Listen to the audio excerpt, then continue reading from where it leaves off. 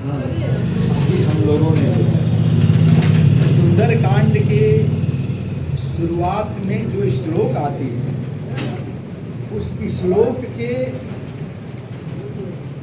दूसरे श्लोक की तीसरी चौपाई, तीसरी अर्धाली में जो है श्लोक, सुंदरकांड के श्लोक जो है उसकी दूसरी श्लोक की तीसरी अर्धाली में भक्ति प्रयक्ष रघुपुंगव निर्भराम में कामादि दोष रहितम गुरुमानसम च हम लोगों ने पढ़ा। मतलब परमात्मा से भक्ति की आकांक्षा और कामादि दोष, कामादि आदि दोषों की निवृत्ति के लिए परमात्मा से प्रार्थना करिए। भक्ति क्या है? परमात्मा का निरंतर नाम जपना और स्मरण रहना, यही भक्ति है। भक्ति यह नहीं है कि हम कुछ देर पूजा पाठ कर लिए, कुछ देर कुछ सुना लिए श्लोक, कुछ पढ़ लिए, कुछ मिठाई प्रसाद बांट दिए। यह भक्ति नहीं है, ये शुभ कर्म है। यह शुभ कर्म है, एक अच्छा कर्म आपका है, न कि भक्ति है। भक्ति तो हम निरंतर मन से परमात्मा का जो स्मरण करते हैं, जो नाम जपते हैं, उसका नाम भक्ति है। निर्मल मन मोहि सोजन पावा, निर्मल मन मोहि सोजन पावा, अमोहि कपट छल छिद्र न भावा, मोहि कपट छल छिद्र न भावा। भक्ति से क्या होता है? मन निर्मल होता है। पूजा पाठ से आपका शुभ कर्म हो सकता है, इसका फल मिल सकता है, लेकिन मन निर्मल नहीं होगा। मन जब भी निर्मल होगा तो भक्ति के द्वारा परमात्मा का स्मरण करने से परमात्मा का ज्ञान। तो जब हमारा मन जो है परमात्मा के स्मरण में लगा रहेगा तो हमको कामादि दोषों को दूर करने की जरूरत नहीं पड़ेगी, वो आएगा ही नहीं। जिसे कहावत है ना, खाली घर शैतान का डेरा। तो मन जब खाली रहेगा तभी तो आएगा, किसी बात की चिंतन होगी, विषय की चिंता होगी।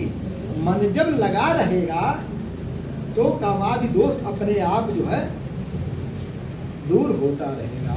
इसी भक्ति को, ये भक्ति देखिए कितने तरह की होती है। परमात्मा ने माँ सबरी को नौधा भक्ति का उपदेश देते हैं। जब जाते हैं सब माँ सबरी के यहाँ तो कहते हैं कि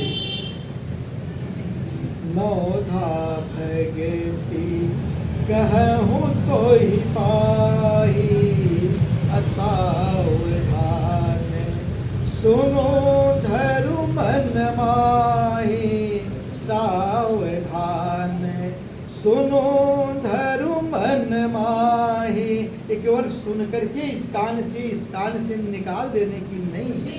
नौधा भक्ति सावधान होकर के सुना जाता है। सीधा बैठ जाएं आप लोग और सुने नौधा भक्ति का। अब मन में धारण कीजिए, इसको समझिए। प्रथम बताते हैं परमात्मा माँ सभी को, प्रथम भगति संतन कर संगा, दूसरी रति कथा प्रसंगा। प्रथम भगति संतन कर संगा, दूसरी मम रति कथा प्रसंगा। परमात्मा ने एक सूत्र दिया, एक पैमाना दिया कि आप नाप लीजिए कि आप भक्ति के किस सीढ़ी पर, पायदान पर आप पहुँचे हैं।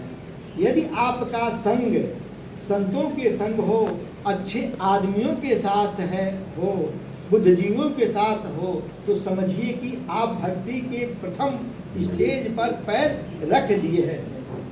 बंद कर दीजिए भैया, बंद है। दूसरी मम, अरे उनको भी सुनने का अधिकार है भक्ति का। आ जाएंगे यहाँ दो इतने लोग हैं ना, क्यों बोलते? दूसरी मम रति कथा प्रसंगा, यदि उससे बढ़कर के आपका मन जो है कथा और सत्संग में लगने लगे तो यह समझ लीजिए कि आप दूसरी भक्ति के पायदान पर अपना पैर रख दिए। गुरुपद पंकज सेवा तीसरी भक्ति अमान, यदि अपने गुरु, अपने माता पिता, अपने सास ससुर, है ना, अपने से श्रेष्ठ जनों के सेवा में यदि मन लग रहा है तो समझिए कि तीसरी भक्ति आपको परमात्मा के द्वारा मिल रही है, प्रदान हो रहा है। चौथी भक्ति मम गुण गण करहि कपटित निगान, दिखावे के लिए नहीं, परमात्मा की लीला प्रसंगों का आपके द्वारा यदि गुणगान हो रहा है ना, तो समझिए कि भक्ति के 9वीं सीढ़ी के चौथे पर आपका पैर पहुंच गया है, आप चौथे स्टेज तक पहुंचे हुए है ना। हमारा बातचीत, हमारा एक एक क्षण संसार की चर्चाओं में नहीं है, किसी की चुगली, किसी की अनर्गल बातों में मन अगर न लगता हो, परमात्मा की कथा सुनने में लगता हो, परमात्मा का गुणगान करने में लगता हो, तो समझिए कि चौथी भक्ति आपको प्रदान है। मंत्र जाप मम दृढ़ विश्वासा, मंत्र जाप मम दृढ़ विश्वासा, अपंचम भगति सुवेद प्रकाशा, पंचम भगति सुवेद प्रकाशा, यदि अपने गुरु या श्रेष्ठ जनों के द्वारा बताए गए कुछ मंत्रों का यदि आपके अंदर स्मरण हो रहा है, नहीं वो मंत्र मिला है गुरु महाराज से, तो परमात्मा का जो भी नाम आपको अच्छा लगे, आपके स्वभाव के हिसाब से, आपके मन के हिसाब से जो भी अच्छा नाम लगे, उसी का निरंतर जाप करने में आपका मन लग रहा है, तो समझिए कि 5वीं भक्ति जो है आपको परमात्मा की नाम मिला है, आपकी चेतना 5वीं भक्ति की तरफ।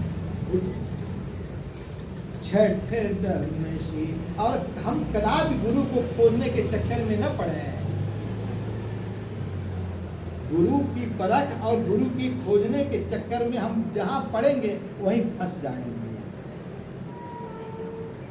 हम अपने को इन भक्तियों के द्वारा ऊपर उठाए, परमात्मा तो गुरु के रूप में किसी न किसी को भेज ही देगा जो आपके लायक गुरु होगा। क्योंकि यदि हमने गुरु का चयन कर लिया तो फिर हम तो गुरु से आगे निकल गए। गुरु शिष्य का चयन कर लिया हमारा सौभाग्य। वो परमात्मा सब व्यवस्था करता है, प्रकृति व्यवस्था करेगी, वो गुरु को आपके पास भेज देगी, है ना। विभीषण जी गुरु खोजने नहीं गए थे, सो रहे थे, हनुमान जी गुरु के रूप में पहुंच गए, है ना, और भगवान से मिला दिया। प्रहलाद गुरु खोजने के लिए नहीं गए थे, नारद जी ऑटोमेटिक मिल गए। माँ पार्वती को नारद जी मिल गए। ये लोग गुरु खोजने नहीं निकले। गुरु को जब हम खोज लेंगे तो इसका मतलब गुरु के बुद्धि से हम आगे निकल गए ना, और वह अपनी योग्यता के हिसाब की योग्यता के हिसाब से परमात्मा गुरु भेज देगा। छठ तमशील विरति बहु कर्मा, छठ तमशील विरति बहु कर्मा। 6वीं भक्ति जो है, अपने आचार विचार को ठीक रखा जाए, यही सील है। अपना आचार विचार ठीक रहे, अपना व्यवहार घर परिवार में छोटे के साथ कैसा व्यवहार होना चाहिए, बड़े के साथ कैसा व्यवहार होना चाहिए, समाज में कैसा व्यवहार होना चाहिए, यह व्यवहार एक आ रहा है, इसी को सील कहते हैं। छठ शील विरति बहु कर्मा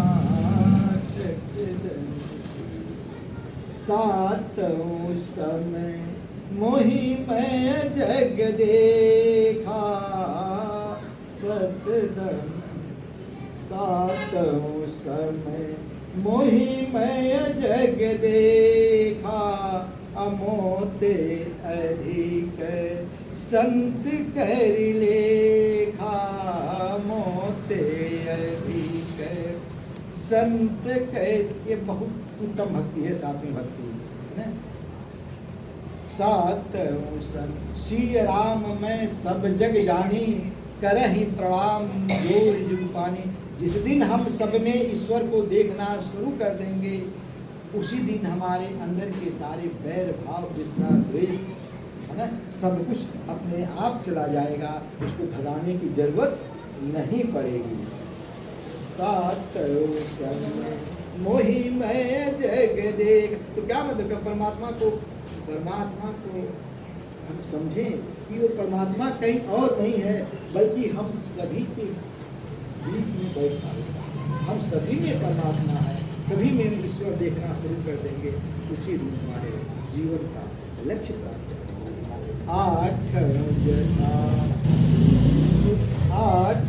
जथा लाभ संतोषा आठों जथा लाभ संतोषा सपने हो नहीं देखई पर दोषा आठों जथा लाभ संतोषा सपने हो नहीं अरे देखई पर दोषा। जागृत अवस्था तो छोड़िए, सपने में भी किसी के दोष दुर्गुण का चिंतन न किया जाए। हम तो जागते हुए बैठते हुए दोष ही दुर्गुण की चर्चा करते हैं, बात करते हैं, है ना। यहाँ तो परमात्मा मना कर रहे हैं कि जागृत अवस्था तो छोड़िए, सपने में भी किसी के दोष दुर्गुण की चिंतन न कीजिए, क्योंकि जो चिंतन होगा वही चित्त में उतरेगा और जो चित्त में उतरेगा वही चरित्र बन करके उभरेगा। जो आपका चिंतन है आज का वही आपके चित्त में स्थापित हो जाएगा और कल वही चरित्र बन करके वैसा ही कर्म मेरे द्वारा होगा, वही कर्म होगा। इसलिए पहले ही कर्म न बने किसी को रोक दिया जाए, चिंतन को ही रोक दिया जाए तो हमारा कर्म वही सुधर जाएगा। आठों जथा लाभ संतो। अब बहुत